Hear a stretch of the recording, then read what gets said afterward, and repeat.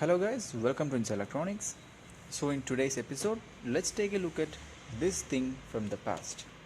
Now, some guys may be familiar with this thing. Being a 90s kid, I'm really familiar with this thing.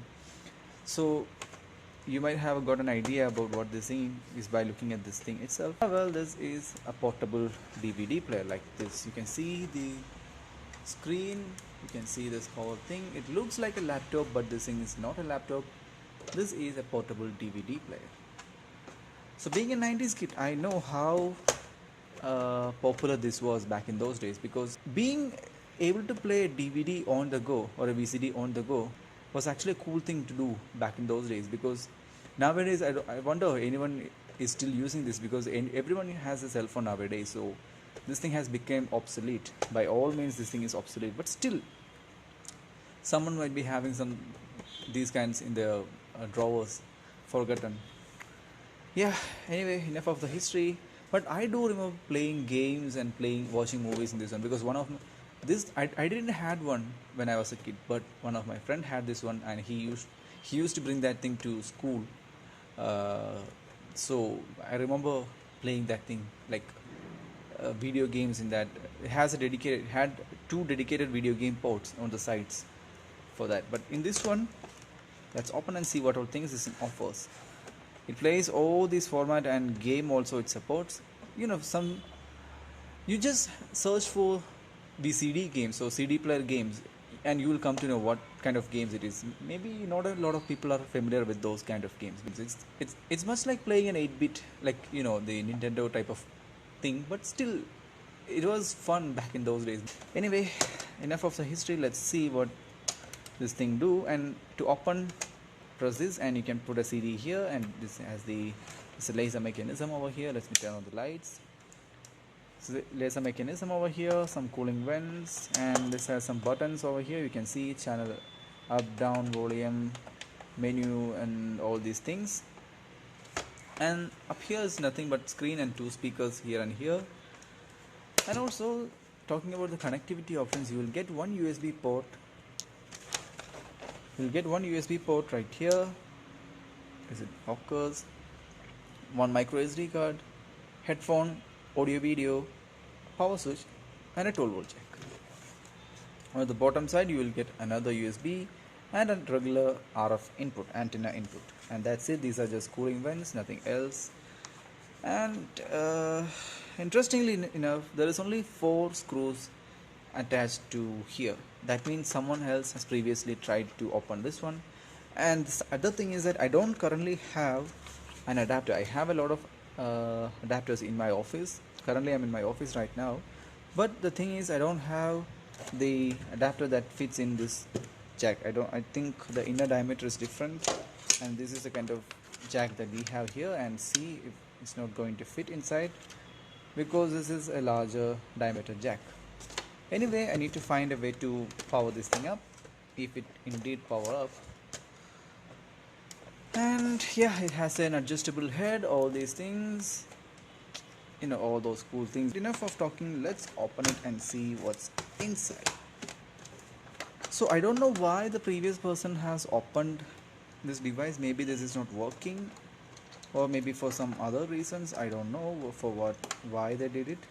But anyway, someone has been inside before, so whatever you are going to see inside may or may not be the actual state it came out from the factory. Oops, some things are coming out. What is that? Okay, that is charge IR power. Okay, so it should be having a battery inside. Yeah, of course it should be having a battery, because being a portable device, how can it not be having a battery inside? Anyway, let's take this thing apart. Conveniently only 4 screws for us to be opened. Yeah. And how? Okay, let's keep this thing to the side. Being in the how is this supposed to open? Okay, let me keep it like this and see. Something else is holding it back. Okay, now it's coming off. This DVD mechanism was holding it off. Let's see if you can see it without the artificial light, or which I think light is good here. So you can see this right here was causing the issue. You can see this is the DVD drive mechanism.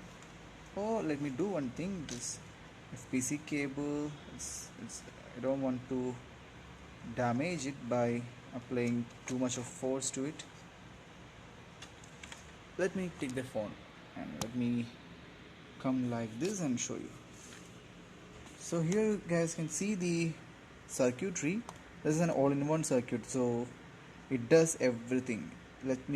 Let's take a look at what is the chip number. Let me turn on the flashlight here, and this one here, as you can see, let me turn off this one. Yeah, now it's good. It's a Sun Plus SPHE8202K.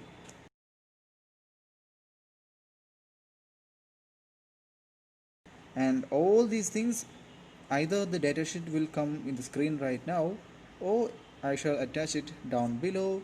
This has to be some kind of memory.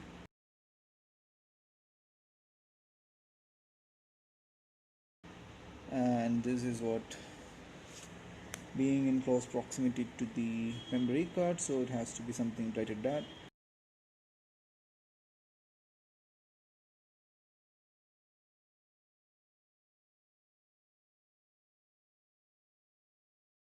HD5888, and some more other ICs. Of course, some switching happening here based on charging. And what is this? Okay, so being inside, just now I noticed there is no battery I can find anywhere inside. Let me take a look there. Nope, no battery inside. So that means, that explains why the previous person has been inside before. So either he might have taken the battery, or battery has having some issue. But these three wires are here. Red for positive, maybe black for negative, white for the something else, I don't know. So that is what in some other kind of chip. All these chips information will be coming on the screen right now, or will be attached in the bottom side. And of course you can see only one cable going on to the LCD panel side, so nothing obvious to see there. Just this FPC cable will be directly connected to the LCD controller side, and nothing else may be happening here. So let's take a look at what on the other side of this one. Yep, nothing else, simple gear mechanism to move this laser head assembly. In other cases, I believe this will be like a stepper motor or something in CD drives and all, but here they are using a regular motor. Maybe they may be able to control it better that way, but I don't know. But anyway, that's the way they did it. Okay, now what I'm going to do is, currently this, I'm going to stop this video, because as you can see there is nothing else inside this unit. There is nothing else going on here, just this whole setup as it is. So for now I'm going to end this video, because what I'm going to try now is I'm going to attach a separate, and before that let's open this board also. Let's open the circuit board also. 1 second. And obviously there is a date code which is saying 2014 or 15, so this is not that much old. And those three connections, these three wires which were open, see these three wires, it's written B plus. Okay, I'll show you those things. It's written B plus, B minus and BM. So those three are definitely going for battery management system, battery management circuit inside. So what I'm going to try now is I'm going to solder a couple of jacks, the DC jack we have available here to here, and see whether we can turn this one on or not. But this video will be ending now, and if it works I will make a separate video about that. Anyway, thanks for watching.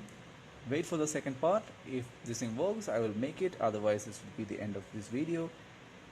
Yeah, Thank you, thanks for watching. See you in my next videos.